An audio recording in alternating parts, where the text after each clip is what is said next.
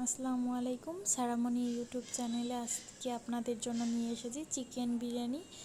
তো এর জন্য আমি প্রথমে একটা কড়াইতে 3 কাপের মতো তেল নিয়ে নিচ্ছি এবং তেলটাকে খুব ভালো করে গরম করে নিতে হবে। চুলার হাই হিটে এই তেলটাকে গরম করে নিতে হবে। আর আমি অন্যদিকে কিছু 1 কেজি পরিমাণ মাংস আমি ধুয়ে সুন্দরভাবে কেটে নিয়েছি রেগুলার সাইজে। তো আমি এটাতে শুধু লেবু এবং 1 ফালি লেবু চিপড়ে দিয়েছি এবং এর ভিতরে আমি 1 চা চামচ পরিমাণ লবণের গুঁড়ো দিয়ে দেব। তারপর আমি এটাকে খুব ভালোভাবে মিশিয়ে এরপর আমি এটাকে তেলে ভাজার জন্য নিয়ে যাব। এখানে আমরা লেবুটা দিই কারণ এই যেহেতু মুরগিটা ব্রয়লার মুরগি, তো এই ব্রয়লার মুরগি থেকে খুব বাজে গন্ধ আসে।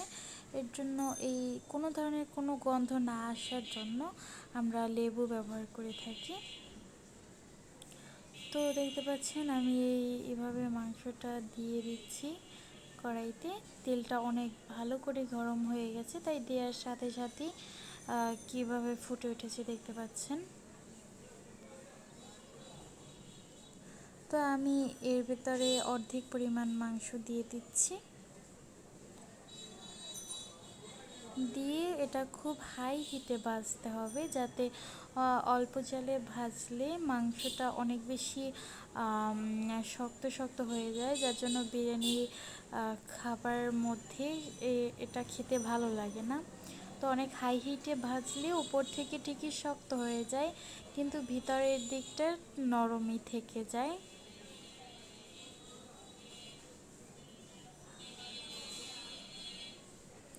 তো আমি দিয়ে দিচ্ছি কড়াইতে। চুলার হিট কখনোই কমানো যাবে না, চুলার হিট সবসময় বেশি থাকবে।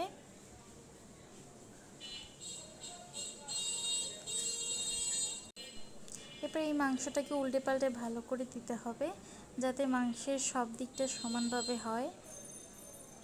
আপনারা দেখতে পাচ্ছেন মাংস অনেক হাই হিটে দিয়েছি, এর জন্য খুব তাড়াতাড়ি হয়ে যাচ্ছে।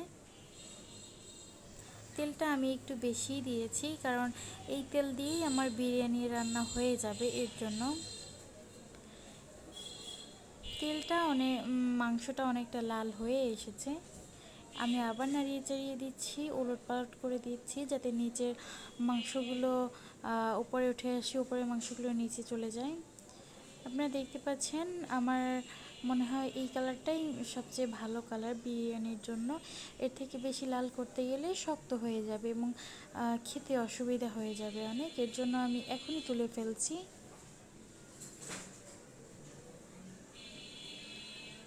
আপনারা দেখেই বুঝতে পারছেন কালারটা অনেক বেশি সুন্দর হয়েছে। তো আমি বিরিয়ানি আজকে রান্না করার জন্য রেডিমিক্স মশলা ইউজ করব। তো আপনারা দেখতে পাবেন যে রেডিমিক্স মশলা দিয়ে কত সুন্দর করে একটা বিরিয়ানি রান্না করা যায়। তো আমি আলু কিছু ভেজে নিয়েছি, 2টো আলু।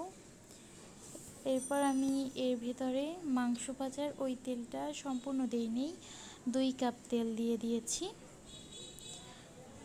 2 কাপ তেলটা আমি গরম করে এর ভেতরে কিছু গরম মশলা দিয়ে দিচ্ছি, যেমন 2টো তেজপাতা, 4-5টা এলাচ এবং 2 টুকরো দারুচিনি আর 4টা লবঙ্গ।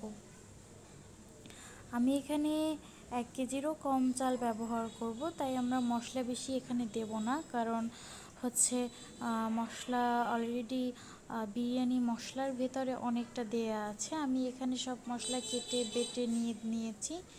এখন আমি এখানে দিয়ে দিচ্ছি 2 কাপ পরিমাণ পেঁয়াজ কুচি, আর এখানে আমি 15 থেকে 16টা কাঁচামরিচ ব্যবহার করব। আমরা যেহেতু এখানে কোনো গুঁড়া মরিচ ব্যবহার করব না, তাই পুরো মাংস, চাল এই সবটা ঝালের জন্য আমরা অনেকগুলো কাঁচামরিচ দিয়ে দিচ্ছি। আপনারা যদি ঝাল আরও বেশি খেতে চান, তাহলে এখানে আপনারা আরও বেশি কাঁচামরিচ ব্যবহার করতে পারেন। এটাকে আমি ভালো করে ভেজে নেব গোল্ডেন কালার করে। আপনারা দেখেই বুঝতে পারছেন এটাকে ভাজার সময় কতটা হাই হিটে রান্না করতে হয়। তো আমি এখানে এটাকে অনবরত নেড়েচেড়েই দিচ্ছি যাতে পাশ থেকে পেঁয়াজ পুড়ে কালো না হয়ে যায়। কালারটা হয়ে এসেছে। এবার এখানে আমি বাটা মশলা ব্যবহার করব। এখানে আমি প্রথমে দিয়ে দিব রসুন বাটা 2.5 চা চামচ রসুন বাটা দিয়ে দিচ্ছি, এবং এখানে আমি 2 চা চামচ পরিমাণ দিয়ে দেব আদা বাটা। আর আমি এখানে কাঠবাদাম 10টা এবং 10টা কিশমিশ ভিজিয়ে ভালো করে বেটে নিয়েছি, এটাকে আমি এর ভেতরে দিয়ে দিব। আপনার এই বাটা কাঠবাদাম এবং কিশমিশ ব্যবহার করে দেখবেন, ইনশাল্লাহ আমার কাছে খুব ভালো লাগে, আপনাদের কাছেও খুব ভালো লাগবে। এটা দিয়ে দিচ্ছি, দিয়ে এই কাঁচা মশলাটাকে খুব ভালো করে ভাজতে হবে যাতে এটার থেকে কোনো গন্ধ না থেকে যায়, কাঁচা কাঁচা গন্ধ। এর জন্য আমি আদা এবং রসুন বাদাম এগুলোকে খুব ভালো করে ভেজে নিচ্ছি। এরপর আমরা এর ভেতরে আরও অন্যান্য মশলাও ব্যবহার করব। আমি এখানে রাঁধুনি রেডিমিক্স বিরিয়ানি মশলা ব্যবহার করতেছি। তো আমি এখানে এটাকে নেড়েচেড়ে দিচ্ছি। আমি যেহেতু 1 কেজি চাল রান্না করব না, হাফ কেজি চাল রান্না করব, তো এখানে আমি 1 কেজি চালের জন্য একটা মশলা ব্যবহার করা হয় সম্ভবত। আর আমি এখানে অর্ধেকের বেশি মশলা দিয়ে দিয়েছি, একটু মশলা রেখে দিয়েছি। এবং এর সাথে আমি আর নিজে থেকে আরও কিছু মশলা ব্যবহার করব বিরিয়ানির জন্য।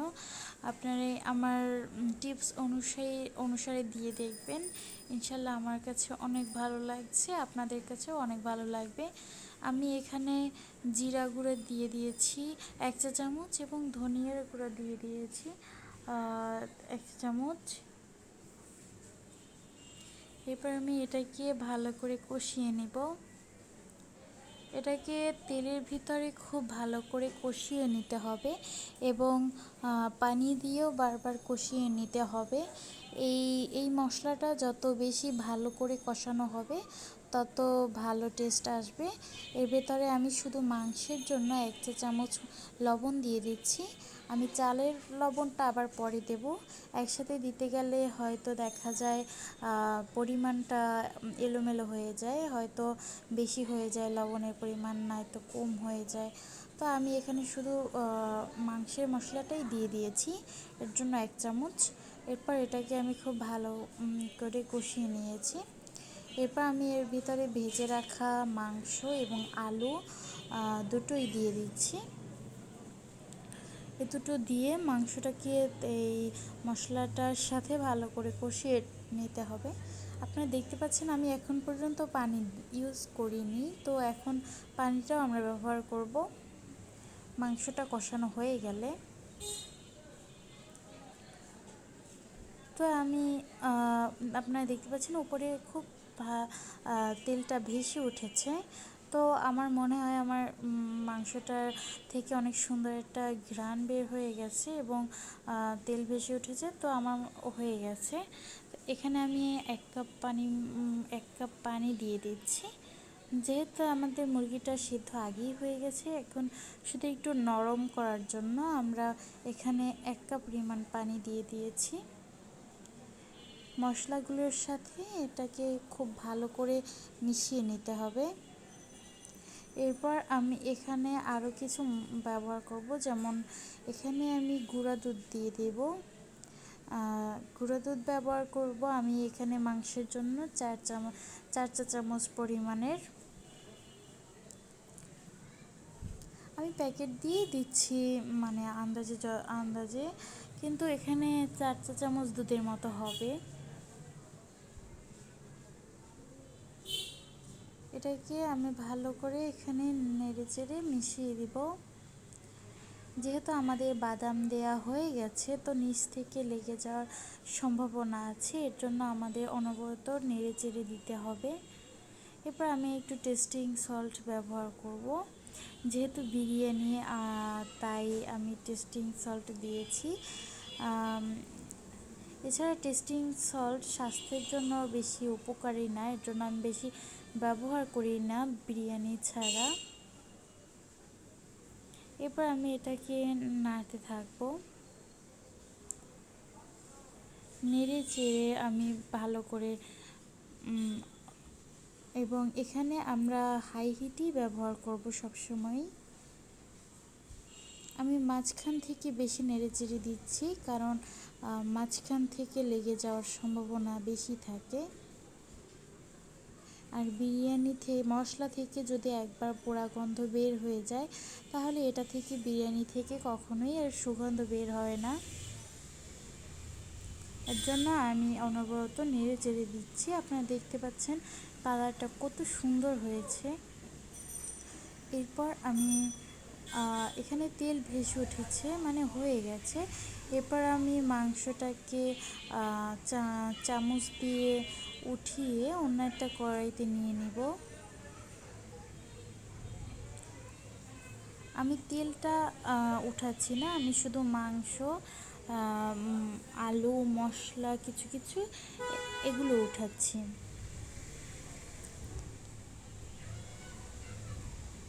আমি উঠিয়ে নিয়েছি।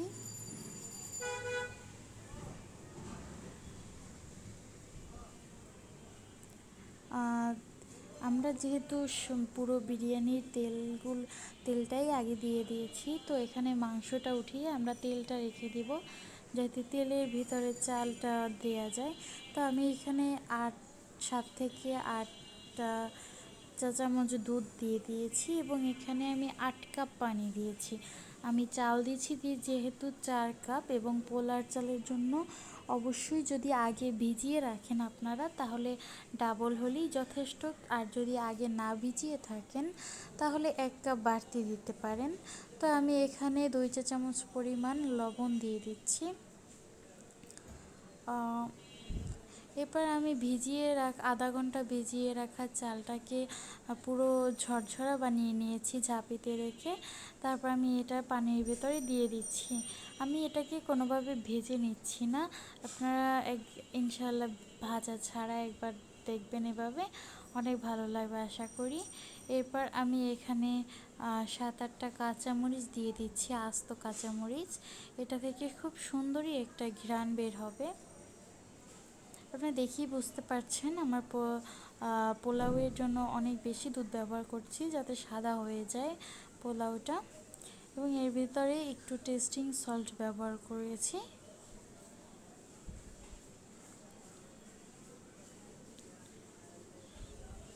এরপর আমি ভালো করে নেড়ে চেড়ে দিব। এরপর আমি এখানে 1 চা চামচ পরিমাণ চিনি দিয়ে দিচ্ছি। চালটাকে সহ আমি ভালো করে নেড়ে চেড়ে দিচ্ছি বারবার, যাতে নিচ থেকে লেগে না যায়। এরপর আমি এটাকে ঢাকনা দিয়ে দিব। ঢাকনা দিয়ে আমরা অপেক্ষা করব। এরপর যখন এটাকে মাখা মাখা হয়ে আসবে, চালটা উপরে অনেকটা সিদ্ধ হয়ে যাবে 70%-এর মতো, আমরা তখন মাংস সহ মশলা, আলু এটাকে ঢেলে দেব। ঢেলে দিয়ে ভালো করে নেড়ে চেড়ে দিতে হবে, কেননা এটার পরে আর বেশি নাড়াচাড়া করা যাবে না, তাহলে বিরিয়ানির চালটা ভেঙে যেতে পারে। এর জন্য আমরা এখনই যথাসম্ভব মানে লবণ টেস্ট করা বা নাড়াচাড়া সব কিছু এখনই করে দেব। তো আপনারা দেখেই বুঝতে পারছেন কালারটা অনেক বেশি সুন্দর হয়েছে। তারপর আমরা এটাকে মাংস সহ একটা তাওয়ার উপরে দিয়ে দিব। দমে দিয়ে রাখবো যাতে পুরো চালটা সিদ্ধ হয়ে যায়। আপনারা দমে দিয়ে দেখবেন বিরিয়ানিটা নিচ থেকে লাগেও না, পুরো সিদ্ধও হয়ে যায়, অনেক বেশি ভালো লাগে। এরপর আমি মিডিয়াম আঁচে দিয়ে দিব। এবার আমি শুধু একবার নেড়ে চেড়ে দিব, নিচের বিরিয়ানিটাকে উপরে উঠিয়ে দিব এবং উপরটাকে নিচে দিব যাতে দুটোই ভালো করে সিদ্ধ হয়। এরপর আমি আবারও ঢাকনা দিয়ে দিচ্ছি। আপনারা দেখেই বুঝতে পারছেন অনেক বেশি লোভনীয় হয়েছে। আল্লাহ হাফেজ।